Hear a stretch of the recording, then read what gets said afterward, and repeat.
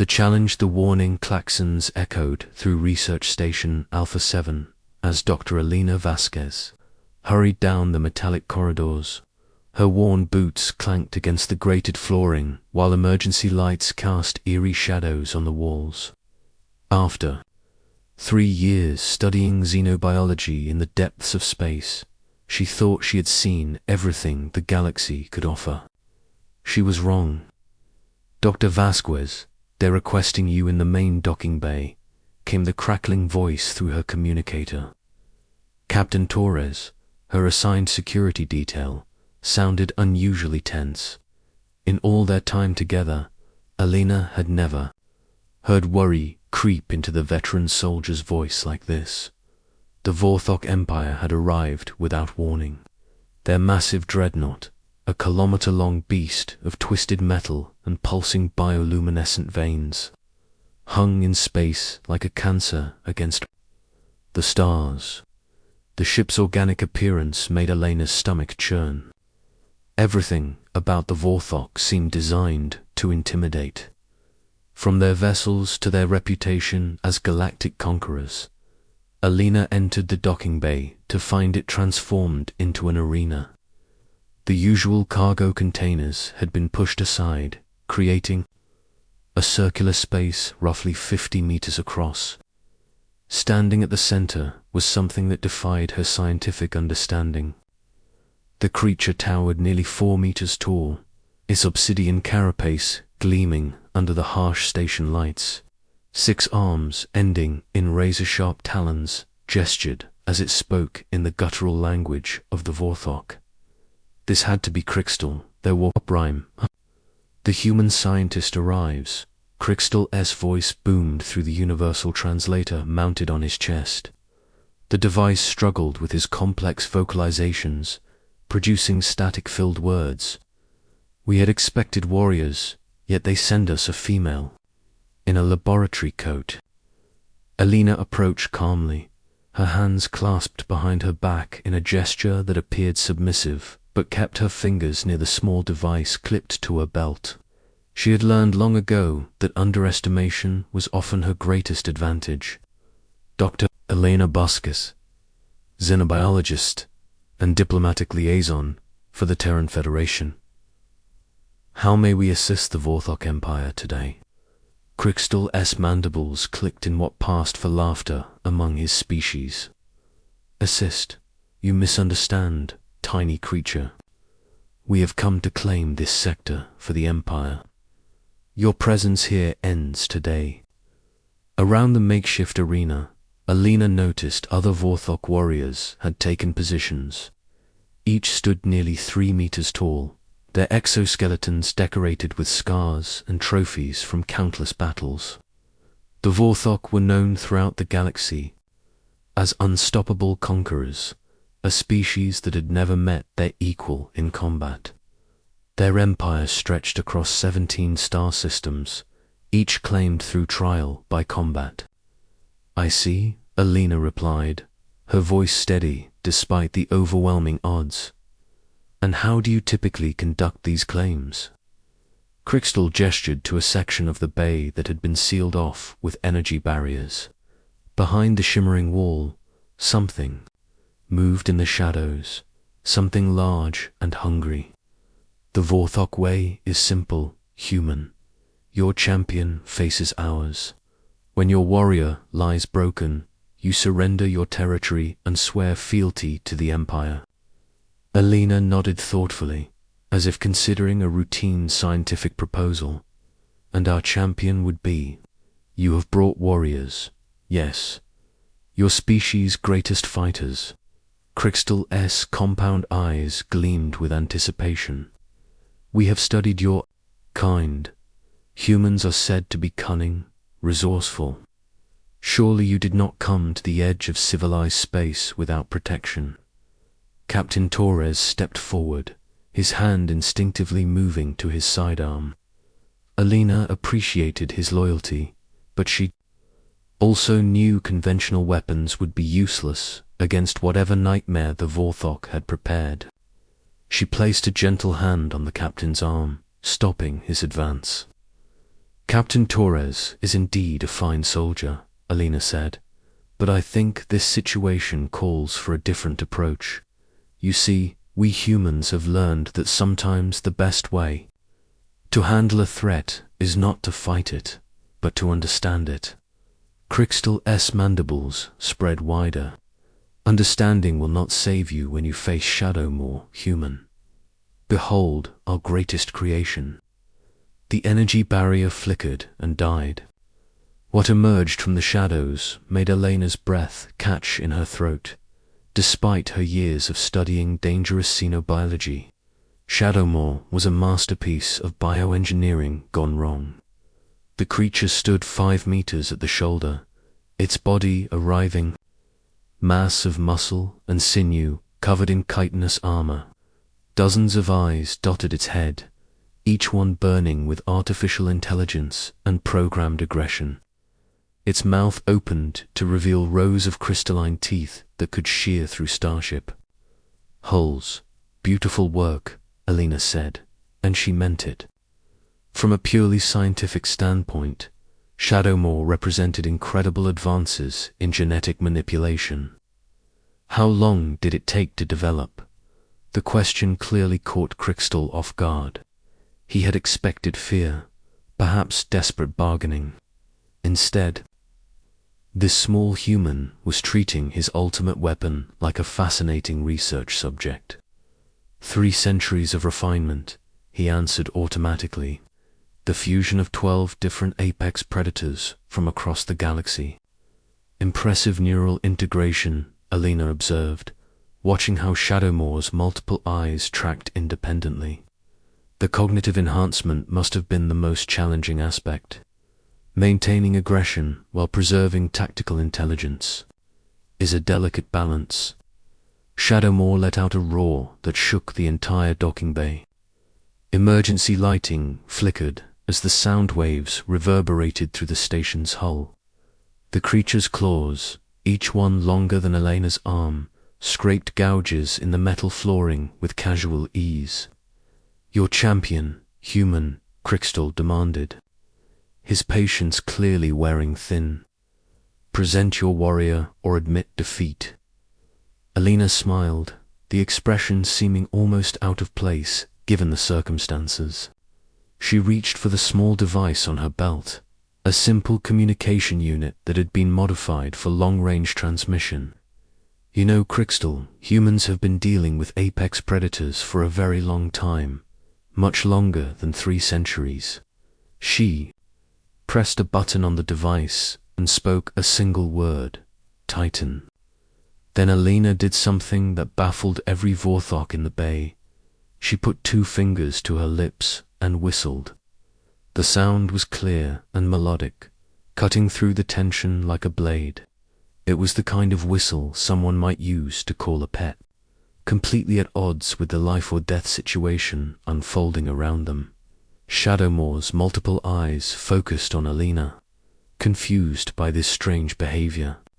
The creature's enhanced intelligence recognized the sound as some form of communication, but it served no tactical purpose it could understand. Was this a human battle cry?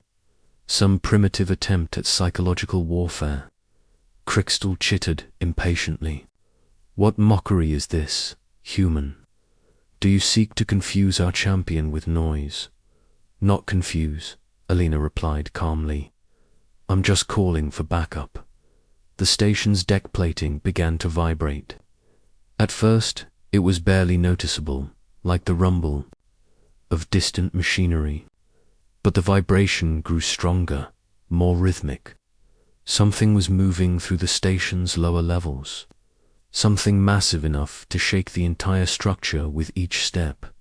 Shadowmoor shifted nervously, its enhanced senses detecting the approach. Before the others, the creature's body language changed from confident aggression to wary alertness. Its multiple eyes darted toward the deck plating as the vibrations grew stronger. The emergency hatches that led to the station's maintenance levels suddenly buckled outward. Metal groaned and bent as something enormous forced its way through.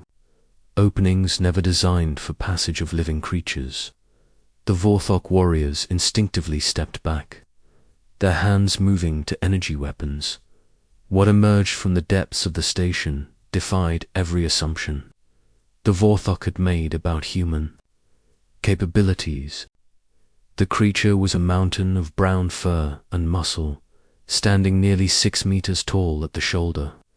Its massive head swung back and forth as ancient amber eyes surveyed the scene. When it opened its mouth, revealing teeth like ivory daggers, a low rumble filled the air that made Shadowmoor's roar seem like a whisper. Good boy, Titan, Alina said, affectionately, as if greeting an old friend rather than a monster that could level city blocks. I see you got my message. The massive, grisly bear, enhanced far beyond anything that had ever walked ancient Earth, padded over to Alina on paws the size of dinner plates. Despite his overwhelming size and obvious power, Titan moved with surprising gentleness around the smaller human. He lowered his great head, and Alina scratched behind one of his ears, a gesture so casual and familiar that it left the Vorthok speechless. Crystal's mandibles worked silently for several moments before he found his voice. What manner of beast is this? Alina continued petting Titan, whose massive tail was actually wagging with happiness at seeing her. The bear's pleasure at their reunion was unmistakable and completely at odds with his terrifying appearance. This is Titan, my research partner and oldest friend. He's an enhanced Terran grizzly bear, marked 12 Uplift Protocol. Enhanced how? Crystal demanded, though his aggressive posture had shifted to something more defensive. Intelligence boosted to near human levels, extended lifespan, improved disease resistance, enhanced muscle density, Alina listed casually. The usual modifications we make for deep space partnerships. Titan here has been with me for 8 years now. We've explored 14 different star systems together. Shadowmoor snarled, its artificial intelligence finally processing the threat. Before it, here was another apex predator, one that might actually challenge its supremacy. The bioengineered creature began circling, looking for advantages and weaknesses. Titan watched Shadowmoor's movements with calm intelligence. There was no fear in the bear's amber eyes, only patient assessment. This was a creature that had faced the dangers of unknown worlds and emerged victorious. One more monster was simply another day at the office. You see, Alina continued, humans learned something important about 10,000 years ago. We discovered that the best way to deal with dangerous predators wasn't to fight them or flee from them. We learned to make friends with them. She gestured to Titan, who had positioned himself protectively between Alina and Shadowmoor without any apparent command. Humans didn't conquer Earth by becoming the strongest or fastest or most dangerous species. We succeeded by convincing the strongest, fastest, and most dangerous species to work with us instead of against us. Crystal's compound eyes widened as the implications sank in. You mean this creature fights alongside humans willingly? Fight alongside us? Titan doesn't just fight for humans, Alina said, her smile growing wider. He fights for me, specifically, because I'm his friend, and friends look out for each other. The massive bear huffed in agreement, the sound like distant thunder. His eyes never left Shadowmoor, but his ears twitched at Alina's words. The bond between human and bear was unmistakable, forged through years of shared dangers and mutual trust. This is impossible, Crystal whispered. Apex predators cannot be domesticated. They are solitary, aggressive, territorial. That's where you made your mistake, Alina replied. You created the perfect killing machine, but Titan here isn't a weapon. He's family. The Bon Shadowmore had had enough of watching and waiting. With a shriek that combined the hunting calls of a dozen different predators, the bioengineered monster launched itself across the makeshift arena. Its enhanced muscles propelled the massive creature forward with impossible speed, claws extended, and jaws gaping wide enough to engulf a human whole. Titan met the charge head. The collision between the two titans sent shockwaves through the docking bay, rattling equipment and causing the Vorthok warriors to stumble. But where Shadowmore relied on pure, engineered aggression, Titan fought with intelligence and experience. The bear had faced creatures just as dangerous on alien worlds, and he understood something that Shadowmore's creators had never programmed into their perfect weapon: patience.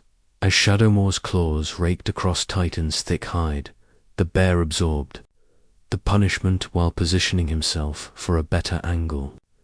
His enhanced intelligence allowed him to read his opponent's attack patterns, learning and adapting with each exchange. When Shadowmore overextended in a particularly vicious swipe, Titan struck. His massive paw, backed by tons of enhanced muscle and bone, caught the bioweapon across the side of its head. The blow sent Shadowmore tumbling across the deck plating, its multiple eyes dazed and unfocused. The creature had never experienced a defeat before, never met anything that could match its engineered perfection. But as it struggled to its feet, shaking its head to clear the confusion, it found Titan waiting calmly for the next round. "The thing about partnership," Elena said, her voice carrying clearly over the sounds of battle, "is that it's not about domination or control. It's about trust." Crystal watched in growing amazement as Titan seemed to respond to Elena's words. The massive bear's fighting style shifted, becoming more defensive and controlled. He was no longer trying to destroy Shadowmore, but rather to contain and exhaust the creature. "Your beast follows your commands." "Not commands," Elena corrected. "Suggestions. Titan's smart enough to make his own tactical decisions. I just provide strategic guidance when needed." Shadowmore charged again, this time trying to use its superior agility to outmaneuver the larger bear. But Titan had fought alongside humans long enough to understand teamwork. As Elena shifted position to get a better view, Titan instinctively moved to keep himself between her and the threat, turning the creature's planned flanking maneuver into a frontal assault. "You see, Crystal," Elena continued, watching the battle with the calm expression of someone who had complete faith in her partner. "Your people spent 3 centuries creating the perfect bioweapon, but humans spent 10 millennia learning how to be perfect friends." The truth of her words was evident in every movement of the battle. Shadowmore fought with programmed instincts and artificial intelligence, following predetermined patterns and responses. Titan fought with genuine emotion, protecting not just himself, but someone he genuinely cared about. The difference was subtle, but decisive. When Shadowmore attempted to leap over Titan and strike at Elena directly, the bear's response was instantaneous. With a roar that shook dust from the ceiling, Titan reared up on his hind legs and caught the bioweapon mid-flight. His massive arms wrapped around Shadowmore in a grip that could crush starship bulkheads, and he brought the creature down to the deck with enough force to crack the metal plating. "Easy, Titan," Elena said softly. "He's just following his programming. It's not really his fault." The bear's grip loosened slightly at her words, though he maintained control over the struggling Titan's enhanced intelligence allowed him to understand concepts like mercy and restraint, qualities that had never been programmed into his opponent. Crystal stared at the scene in shock. His ultimate weapon, the culmination of centuries of genetic engineering and bioweapon development, was being held like a misbehaving child by what appeared to be an oversized pet. The implications were staggering. "How?" the War Prime whispered. "How did your species achieve this level of cooperation?" Alina smiled and walked over to where Titan held Shadowmoor pinned. The bear's amber eyes tracked her movement, but he never loosened his grip on his captive. "It started small," she explained. "About 15,000 years ago, some wolves began following human hunting parties, not to attack, but to share in the kills. Over generations, the bravest wolves got closer to humans, and the smartest humans realized these wolves could be allies instead of competitors." She gestured to Titan, who had begun making soft rumbling sounds that seemed to be calming. That partnership grew and evolved. Humans learned to communicate with wolves, and eventually dogs. We discovered that many predator species were actually quite social, just like us. They understood concepts like loyalty, friendship, and cooperation. But this creature, Crystal pointed at Titan, is not a wolf. It is a bear, a solitary hunter. On ancient Earth, yes, Alina agreed, but space exploration changed everything. When humans began venturing to alien worlds, we realized we needed companions who could survive in environments that would kill us. So we began enhancing our partnerships. She reached up and scratched Titan behind the ear again. The massive bear's eyes closed in contentment, though he maintained his hold on Doma. Titan was born in the Lunar City Genetic Research Facility. His great-grandmother was one of the first bears to volunteer for the Uplift program. We enhanced their intelligence, their longevity, their physical capabilities, but most importantly, we strengthened the emotional bonds that made partnership possible.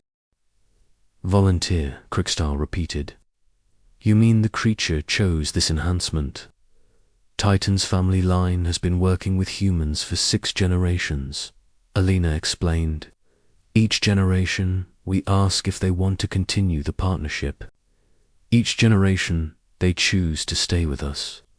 Not because they have to, but because they want to."